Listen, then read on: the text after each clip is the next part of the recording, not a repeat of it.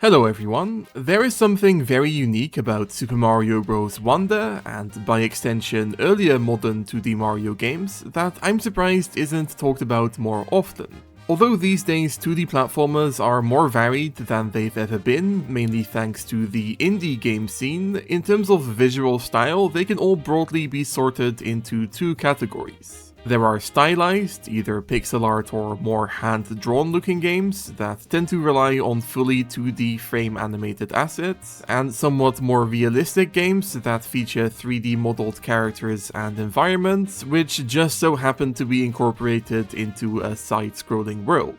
But modern 2D Mario games are kind of neither and both at the same time. They feature mostly 3D modeled characters and a surprising amount of 3D environmental assets, but also completely modular, repetitive tile-based terrain that we tend to only really see in pixel art games these days. Now, I'm not saying this is necessarily a bad thing. Wonder in particular is a mostly stunning looking game despite its flat and tile-based structure, but I also can't help but feel like this makes especially the old New Super Mario Bros. Games feel kinda cheap. I'm far from the first person to make this comparison, but isn't it weird how 10 or so years ago 2D Donkey Kong games looked like this, 2D Kirby games looked like this, and 2D Mario games looked like this? And even to this day, although Wonder's expressive animations and stylized orthographic backgrounds are obvious throwbacks to the classic 2D Mario platformers and look gorgeous, I also think it's fair to say that the game could have looked even more stunning had it featured uniquely modeled 3D environments for each level. So that begs the question, why doesn't it?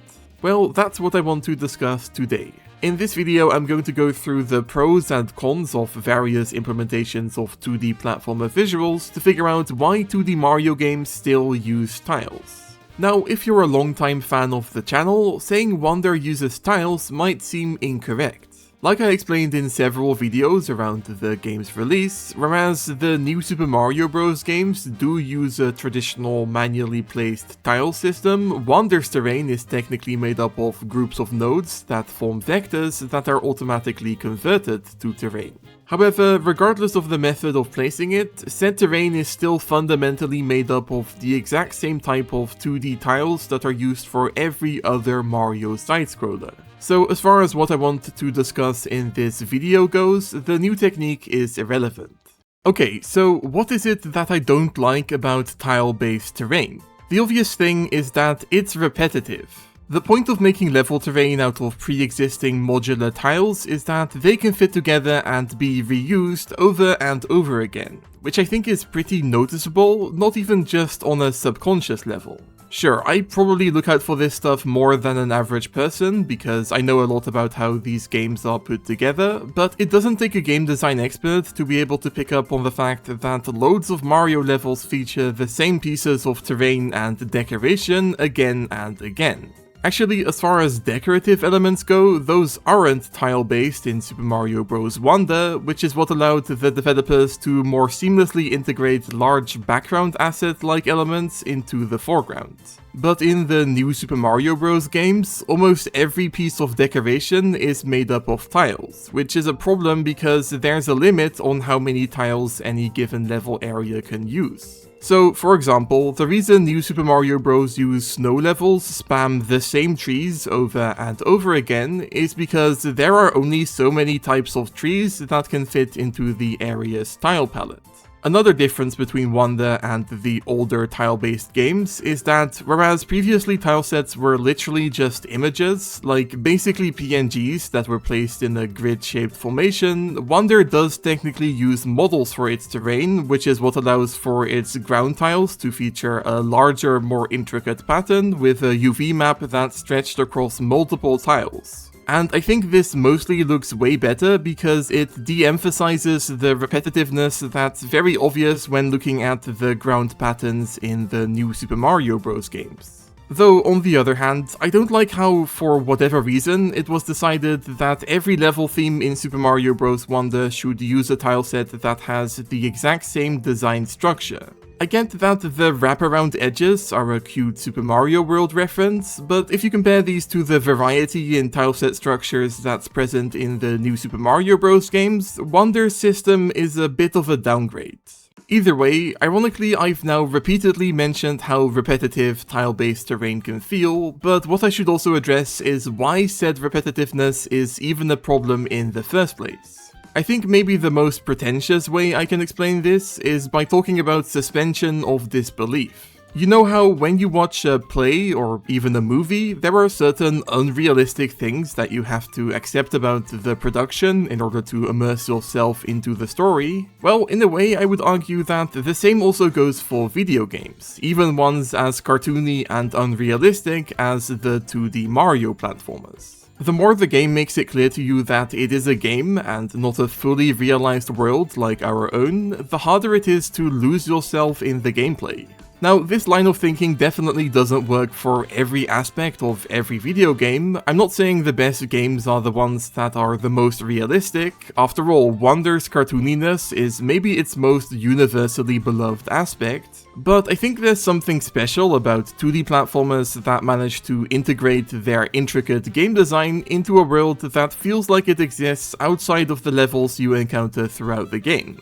I love how in Donkey Kong Country Tropical Freeze, just about every world, almost every level in fact, feels like a fully realized location that isn't simply a contextless obstacle course. And I think a large part of that has to do with the fact that the bespoke 3D course environments make every part of every level feel unique and handmade.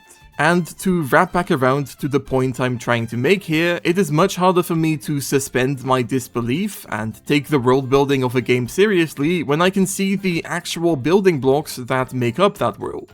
Some areas in Super Mario Bros. Wonder feature teeny tiny additional storylines to break up the overarching Bowser plot, but it's much harder for me to care about the, what was it again? Poplin stuck in a mine when said mine looks like a generic run-of-the-mill 2D course environment.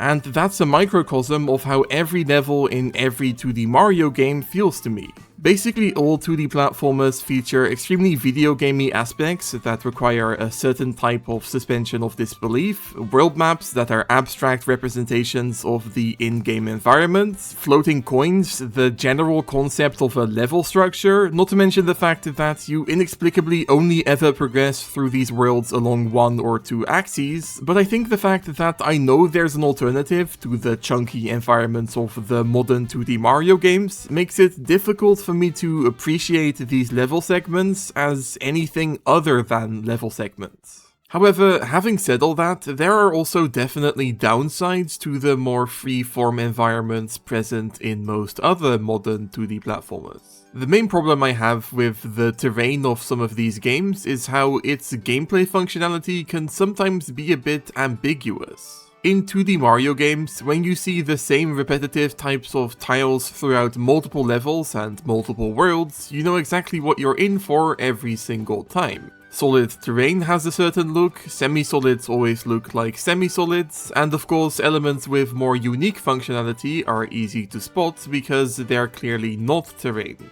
But in 2D platformers where solid terrain can be made up of 100 different types of models and materials throughout a single level, it's not always immediately clear what is and isn't solid at first glance, and interactive gameplay gimmicks don't always stick out in the same way.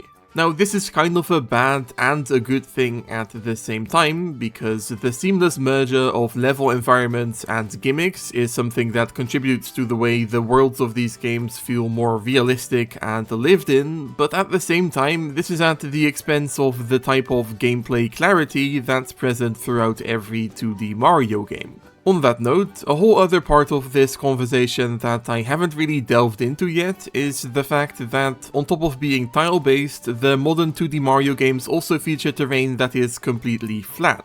And although this again adds to the way the terrain in these games feels disconnected from the overall course environments, this flatness also helps to avoid a problem I often encounter in 2D platformers with more depth. I think there's something inherently stunning about exploring meticulously designed 3D environments within the context of a 2D platformer. Visually, it's much more interesting to jump from elements that are logically integrated into a larger world than simple monotonous floating platforms. However, this 3D depth gimmick also contributes to what I harped on about earlier, which is the ambiguity of how the player interacts with this 3D terrain. As cool as it is to see level terrain stretch into the background, there are also countless times playing games like these where I'm temporarily unsure which parts of these structures are and aren't decorative. In many cases, it feels like whether a 3D element is or isn't interactive is completely vibes-based, which introduces an element of uncertainty into a genre of games that tends to be known for its approachability. Once again, the clarity of immediately knowing what you're in for that's present in classic 2D platformers is sacrificed in cases like these to allow for more stunning visuals. And that's not to mention the trope of gameplay elements that physically move in and out of the background, which is often both visually pleasing and mechanically confusing. Like here, these big gears with platforms on them rotate in a way that should mean the depth of those platforms shifts quite drastically as they move down the screen, but in terms of interactive collision, they're treated as normal terrain chunks that don't change depth at all, and the point where they go from background elements to interactive is unclear. It's a really fancy looking, visually inventive gimmick, but also one that's confusing to play with, which pretty much represents exactly what's wrong with this style of 2D platformer environments as a whole. So yeah, I think I've pretty much hammered the point home now. Tile-based terrain is repetitive and video gamey, but also very clear-cut and easy to understand, whereas bespoke 3D terrain tends to be more naturalistic looking and graphically appealing, but also visually ambiguous and harder to understand at a glance when it comes to gameplay interactivity. So in terms of answering the central question of this video, I assume this stuff played a large role in the 2D Mario dev team's decision to keep using a classic tile-based system. However, I think there are also some additional factors at play when it comes to this choice that need to be considered. For example, I'm not a professional game developer, and likely neither are you, but I have to imagine that working with a modular tile-based system allows for way more flexibility during the level design process than a more visually complex terrain implementation. Speaking from experience, tiling actual 2D Mario levels from scratch is almost as easy as making a Mario Maker level. The limitations of how terrain is implemented rarely get in the way of whatever gameplay mechanic I have in mind, and the process of polishing the visuals of a level after its layout has been finalized is trivial. But that cannot be the case for the fully realized intricate worlds that make up the games with more visual depth. Presumably, there are multiple complicated steps to the process of making even one of these levels that involve the level designers and graphic designers working hand in hand. I often change stuff about my levels years after I made them during the playtesting process before release. This often comes down to simple stuff like extending terrain a bit to make a jump easier, but a 2-second change like that would be a multi-step process involving the collaboration between several people in the case of games that look like this. You want to extend this platform a bit? Well, time to ask a graphics designer to make a new, wider platform asset that's still properly integrated into the rest of the course environment, and you better hope you don't end up changing your mind or things will have to be adjusted all over again.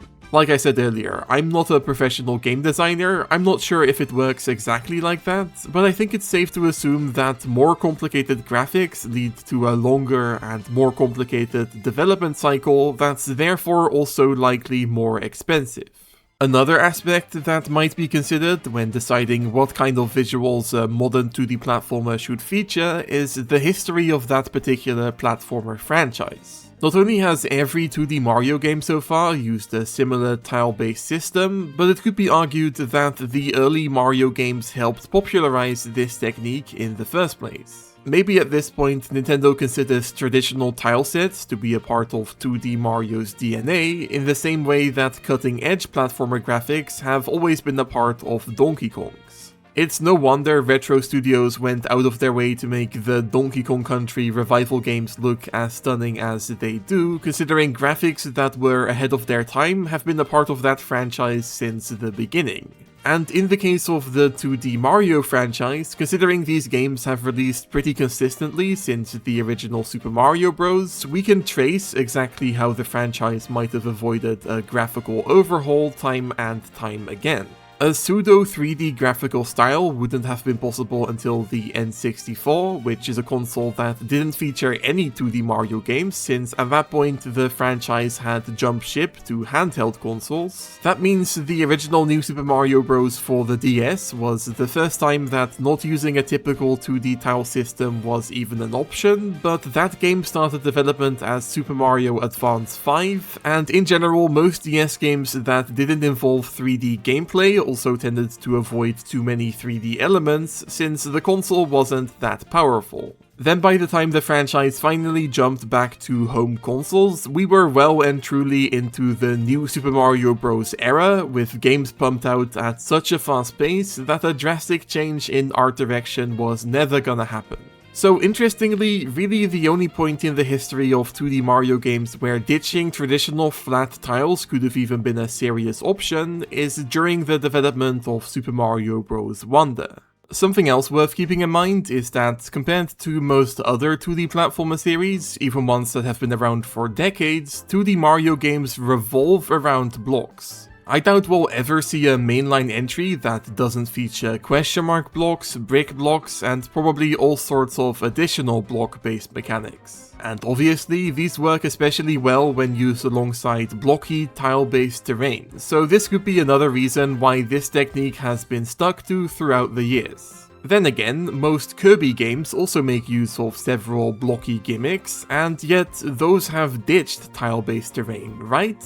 Well, this is a bit of a tangent, but at the start of the video I implied that the modern 2D Kirbys are examples of games that use bespoke, handcrafted 3D terrain, but that's not entirely true. It kinda surprised me to learn this, but from Return to Dreamland to Star Allies, all these games use a type of modular 3D tiles, just like the Super Mario Maker 2 3D World theme, for example. The reason this is so impressive in my opinion is because Star Allies in particular often evokes the feeling of those other pseudo 3D games without featuring many of the same pitfalls. So, although throughout the rest of this video I'm mostly discussing this stuff as if there's a clear divide between tile-based and model-based 2D platformers, in reality it's more of a spectrum. Anyways, staying on the topic of Kirby and Donkey Kong, I think this comparison also helps to illustrate the final potential reason I've come up with for why 2D Mario game graphics haven't evolved as much. Because up until recently, you know what neither of these franchises featured for quite a long time? 3D platformers. It could be argued that a large part of the appeal of this visual style I've highlighted throughout this video is that it kinda makes 2D platformers feel like 3D ones. But of course, striving to evoke that kind of feeling only really makes sense when it's not also possible to explore actual 3D environments with these characters in other recent games. So looking at it this way, not only would it feel a bit redundant for 2D Mario games to evoke a 3D feel when we already have 3D Mario games, but this potential art style would also be stepping on the toes of the fully 2D sections that appear in pretty much every 3D Mario platformer.